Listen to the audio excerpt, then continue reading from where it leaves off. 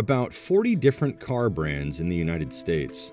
There are American brands and imports, trucks, SUVs, sedans, sports cars, and of course, lots of crossovers. There are pricey cars and perhaps more affordable cars, but one kind of car that appears to be disappearing is the cheap car. Auto industry analysts say sales of very inexpensive cars, these days meaning any new car with a starting price somewhere below $20,000, are declining. In fact, they have fallen off a cliff.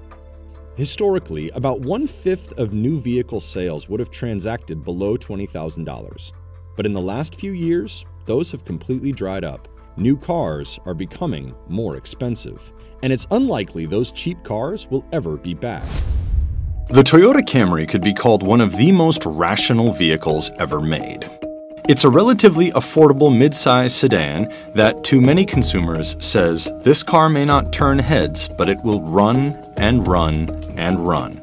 As a writer for car blog Jalopnik said in January, let's face it, nobody really wants to own a Toyota Camry, but everyone wishes their automobile was as reliable and trouble-free as one.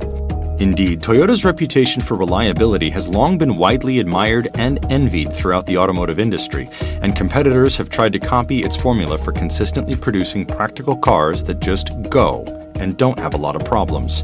The Camry is perhaps one of the best examples of how well a formula like that can work. While Toyota and its passenger cars do have a reputation for being rather bland, it appears that quite a few people do actually want to own a Toyota Camry. In fact, the car is one of the top-selling sedans of all time. However, sedans like the Camry seem to be steadily vanishing from roads in the US and in some other markets around the world. Some drivers love the Camry, others despise it, but in many drivers, it mostly elicits indifference. It is a car, a means of transportation, nothing fancy, loud, or passionate.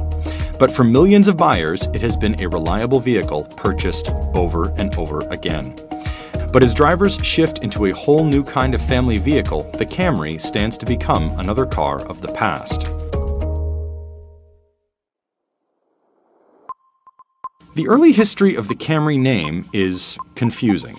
The Camry was first introduced in Toyota's home country of Japan in 1980. It was originally meant to be a four-door sibling to the Toyota Celica, a two-door coupe then in its second generation. But the Toyota Celica Camry, as it was then called, didn't have much in common with the Celica it took its name from, and was instead made from parts off another Toyota model of the time, called the Carina. The Celica Camry lasted only a couple of years, and Toyota rebooted the Camry brand as a standalone model in March of 1982. Like its predecessor, it had 4 doors, but Toyota turned the car into a front-wheel drive vehicle powered by a transverse engine. Up to that point, Toyota sold the Corona as its 4-door sedan in the US, as well as in many other markets. Toyota had been selling the Corolla, a compact sedan, in the US since 2021, the average age of vehicles on the road in America reached a record 12.1 years. Cars are getting faster, safer, more tech-heavy, and the average age of a vehicle in the US is rising. It has been increasing for really ever since we've been recording it. 2 big reasons for this, say industry analysts. Cars have been growing more durable and more expensive. Drivers are holding onto their cars longer, and cars are spending more time in the used vehicle market before they head to the junkyard. I have a 1993 80 Series Land Cruiser that I bought brand new 28 years ago, and it has 215,000 miles on it, and the engine's never been apart. I have serviced the vehicle regularly and faithfully. Many buyers, especially those with less money to spend, are seeking out used vehicles as new vehicle prices climb. There is some concern that this is going to reduce the churn rate, or the number of folks that are going to be buying a new vehicle. So far, though, plenty of Americans seem to be buying new cars. New vehicle sales reached a record high of 17.5 million in 2016, and the number of vehicles per household has gradually increased over time, even as vehicle age has risen. But every driver that chooses to hold onto a car for another year is postponing a trip to the dealership, and some industry analysts wonder if rising vehicle ages and prices indicate trouble for new car sales in the future. Automakers are stuffing cars with new technology and improvements, but will that be enough to keep buyers wanting the latest and greatest? In the 1970s, a car would be expected to last at most 100,000 miles. At that time, vehicles had 5-digit odometers, so the typical odometer only went up to 99,999 miles. But now it is typical for cars to last well over 100,000 miles, and many will make it to 200,000 or more. 25% of the cars on the road. What's up, friends? What's up, Tisha Powell, former Fox News guest, Fox News commentator. And you just saw a segment today from CNBC. You saw 3 portions, and we talked about the car issue in the United States. We talked about one of the reliable cars, which is a Camry. In fact, the top 3 brands that are extremely reliable are Toyota, Honda, and Lexus. So when you're buying a car these days in the United States, because the inflation is so high, avoid a car payment. Car payment no longer worth it, and I will explain to you why car payment no longer worth it. It is not viable. Insurance is $136 a month now. Gas is $200 a month. A used car is $526.39 a month. The new one is $716. Let's say you got a used car. That's 5, 6, 7, 8. That's $900 US a month. That is a mortgage. 41 years ago, car payments used to be $300 or $200 a month. Gas was $40. Insurance was $50. It was affordable then. It's no longer affordable today. So you got to think different in America. We owe $32 trillion in debt. These are the new numbers. If you calculate $32 trillion and you divide that by 100 years, the American government is only going to be paying 3.2 trillion down. So things are going to be the way it is. And that's why I showed you those 3 segments on CNBC. They talked about the Camry being the most reliable car. And you also talk about the fact that you cannot get a used car anymore because people are holding on to the cars. Why are people holding on to the cars? Because they're avoiding the car payment. It's a pitfall. So that's good why we bring these educational programs to you. Folks, go ahead and hit that free like and that free subscribe button.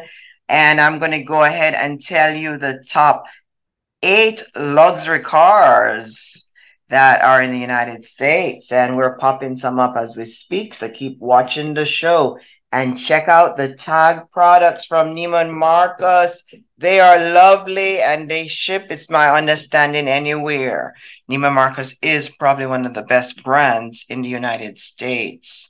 So 3 reasons you don't want a car payment. It depreciates. Cars depreciate. Number 2, compound interest. If you're paying $523 per month for a car, imagine if you were saving that money instead. After 1 year or 510 months, that's 5,000. 20 months, that's 10,000. You get the numbers. 10,000, money doubles every 7 years. You can imagine how much you've given away. And inflation, that's the biggest reason you no longer can have a car payment. The inflation is way, way too high. So here are 3 ways to avoid car payment. And you can avoid car payments. Anybody can get out of car payments. Number 1, you could work from home.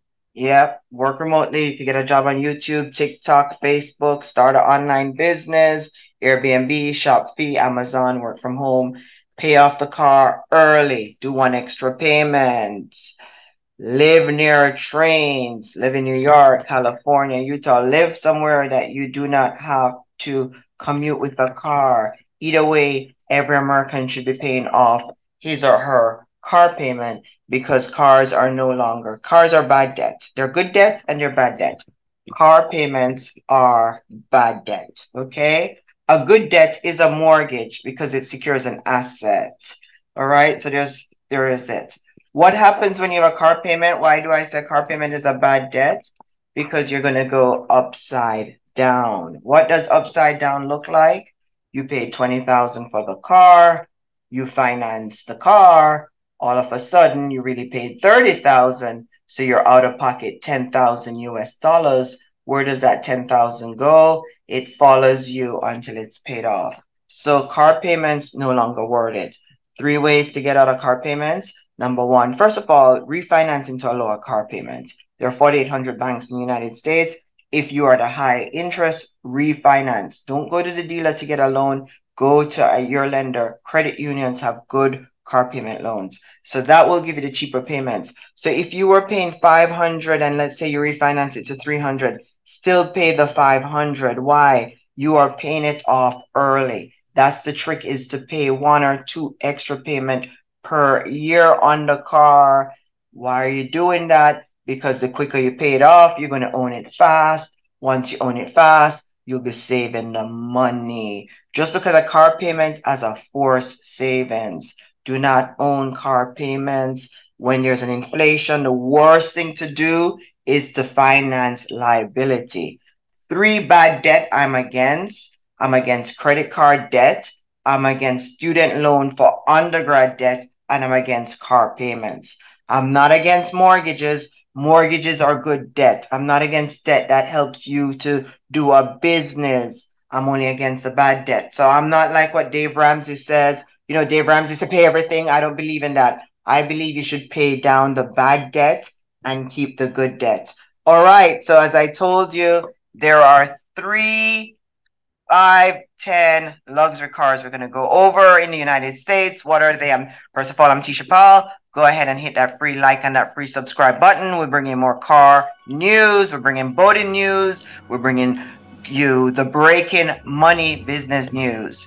Here are some luxury cars in the United States: Mercedes-Benz, Lexus, Ferrari, Porsche, Audi, BMW, and how can we forget Elon Musk? Tesla.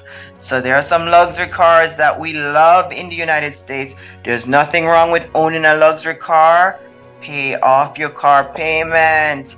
That's what you need to do. Send in 1 or 2 extra payments. Folks, check out the tag products and hit that free like and that free subscribe button. We'll bring you the latest business news from the United States. I'm Tisha Paul. From all of us here at US Business News, goodbye, and we'll see you real soon. Take care.